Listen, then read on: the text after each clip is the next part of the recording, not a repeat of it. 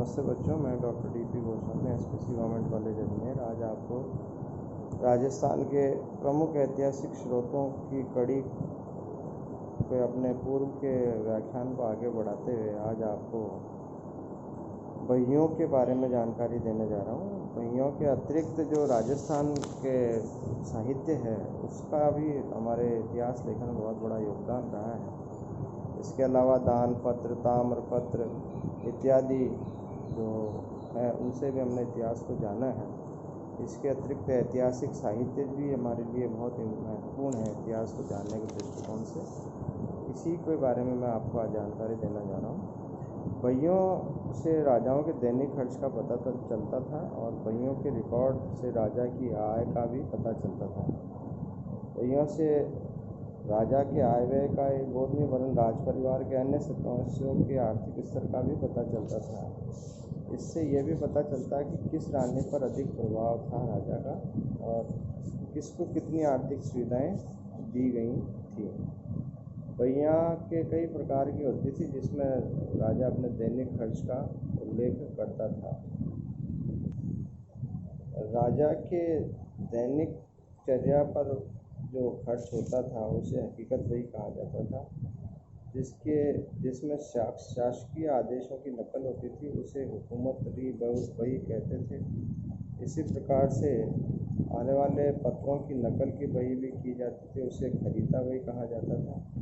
राज परिवार के विवाह संबंधित खर्चों की बहियों का भी बहियों में दर्ज होता था, जिसे विवाह संबंधी बही कहा जाता था। इसी प्रकार से राजप्रसादों में भवन के निर्माण में जो खर्च होता था उसे कमठाना बही कहा जाता था।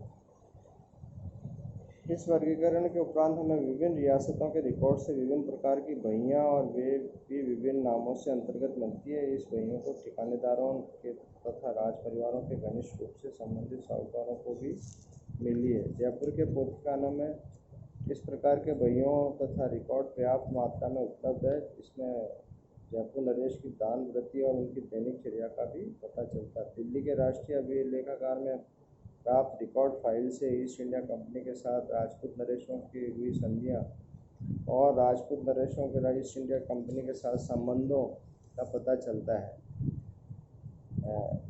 इसी प्रकार से दान पत्र ऐतिहासिक साधनों में दान पत्रों का स्थान भी महत्वपूर्ण है। दान पत्र को ताम्र पत्र भी कहा जाता था क्योंकि वे तांबे के चदरों पर उत्कीर्ण किए जाते थे। हालांकि पूर्व काल से कागज का प्रयोग होने लग गया था, परंतु उनके स्थायी रूप प्रदान करने की दृष्टि से तांबे की प्लेटों पर उत्कीर्ण कर दिया जाता था। ये ताम्रपत्र प्राय 8x6 12x8 के माप के होते थे। बहुधा ताम्रपत्र संस्कृत एवं स्थानीय भाषा के ही होते थे। स्थानीय भाषा का प्रयोग बढ़ने से महाजनी लिपि का प्रयोग होने लगा। दान पत्रों को उत्कीर्ण करते समय अशुद्धियों पर अधिक ध्यान नहीं दिया जाता था। इनका प्रारंभ परिवार के इष्टदेव से होता था। उदाहरण स्वरूप श्री गणेशाय नमः, श्री एकलिंग जी प्रसाद हेतु श्री महादेव जी इत्यादि। दान पत्रों के मूल पाठ में राजाओं के नाम, अनुदान पाने वाले का नाम, अनुदान देने का कारण, अनुदान का विवरण, भूमि का नाम और समय आदि लिखा होता था स्पष्ट रूप से। इस प्रकार दान पत्र से भी राजस्थान के इतिहास की जानकारी मिलती है। आहाड़ का ताम्रपत्र जो 1206 ईस्वी का, इसमें गुजरात के सोलंकी राजा भीमदेव का आषाढ़ विक्रम संवत 1263 श्रवण सूदी 2 9 जुलाई 1206 रविवार का। इसकी भाषा संस्कृत है।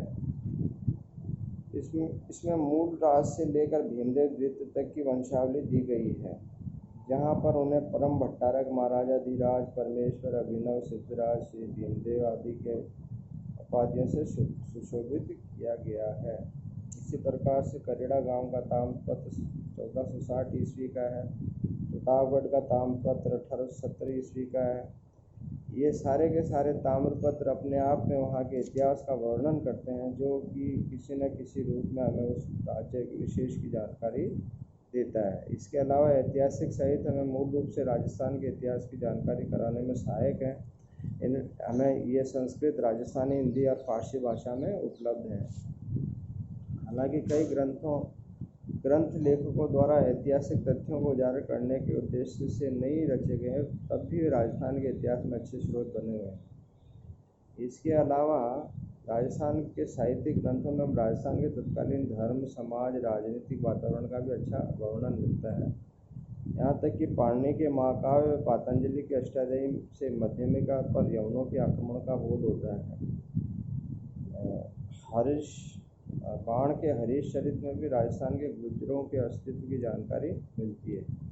इसके अलावा राजस्थानी साहित्य का भी इतिहास को जानने में बहुत बड़ा योगदान है, जिसमें पृथ्वीराज विजय, जिसके दयानंद ने 12वीं शताब्दी के अंतिम चरण में लिखा। इसी प्रकार से हमीर काव्य जो नयनचंद्र सूरी द्वारा रचित किया गया, इसमें रणथंभौर के चौहानों के बारे में लिखा गया है। इसी तरह से राजबल्लभ जो माणा कुंभा के राजदरबारी शिल्पी मंडन द्वारा रचित की गई है। इसमें 15वीं शताब्दी की घटनाओं की जानकारी के अतिरिक्त इस ग्रंथ में नगर, द्वार, दुर्ग, राजप्रसाद, मंदिर, बाजार आदि के निर्माण पद्धति पर प्रकाश डाला गया है। यह तत्कालीन वास्तुकला की जानकारी भी देता है।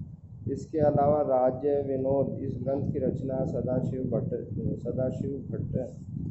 ने की, जो बीकानेर के नरेश कल्याण मन के राजदरबारी थे, और इसमें सामाजिक, आर्थिक और सैनिक व्यवस्थाओं पर वर्णन है। इसी तरह से एकलिंग महाकाव्य, इसकी तुलना पुराणों से की गई है, लेकिन इसका वर्णन जो है इतिहास की दृष्टि से बड़ा महत्वपूर्ण है।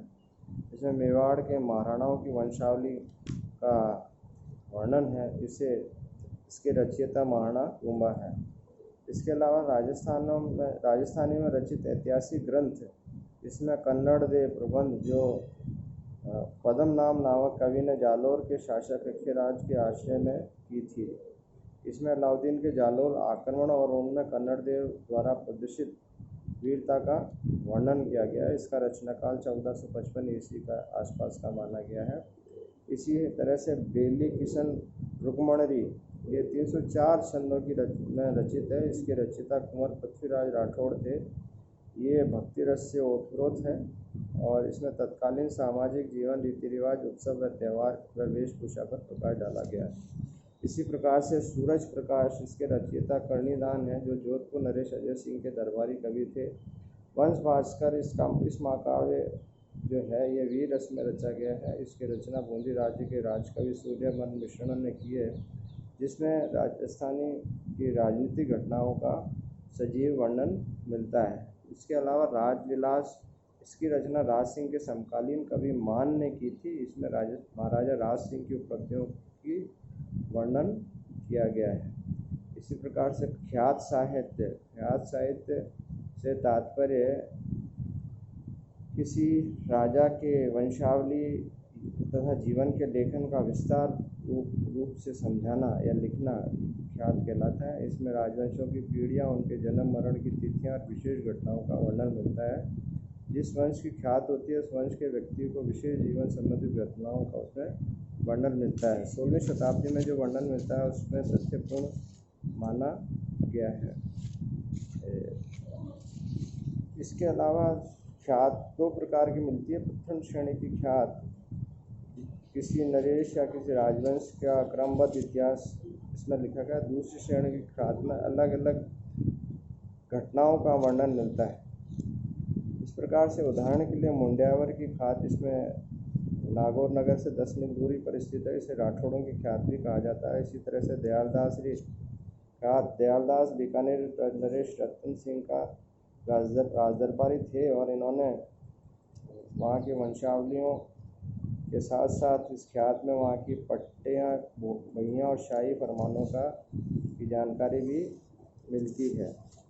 इसके अलावा मूणोत नैन्सी ख्यात जो राजस्थान की ख्यातों में अति उल्लेखनीय, इसकी रचना मैनोत नैन्सी ने की थी, जो जोधपुर नरेश जसवंत सिंह के दीवान थे। इसी प्रकार से बांकीदास ख्यात जिसमें जोधपुर नरेश मान सिंह के शासनकाल का वर्णन मिलता है। इसके अलावा राजस्थान का जो पूर्ण कार्मिक इतिहास तैयार करके इन ख्यात साहित्य में लिखा गया है, गोपीनाथ शर्मा डॉक्टर जो हमारे इतिहास के विद्वान हैं, उन्होंने बताया है कि लेखक के घटनाओं के समकालीन होने के कारण इस पर अधिक विश्वास किया जा सकता है।